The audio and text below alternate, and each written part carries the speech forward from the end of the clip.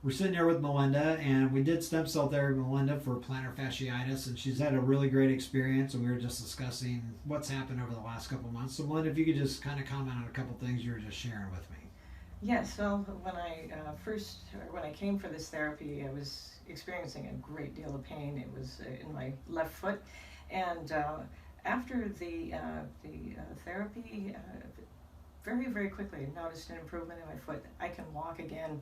Most of the time I don't even notice any pain, and if I do, it's because I've really, really stressed it out, but it's gone away. So That's fantastic. So you'd recommend this to others? I absolutely would. All right. Well, thank you. I appreciate it.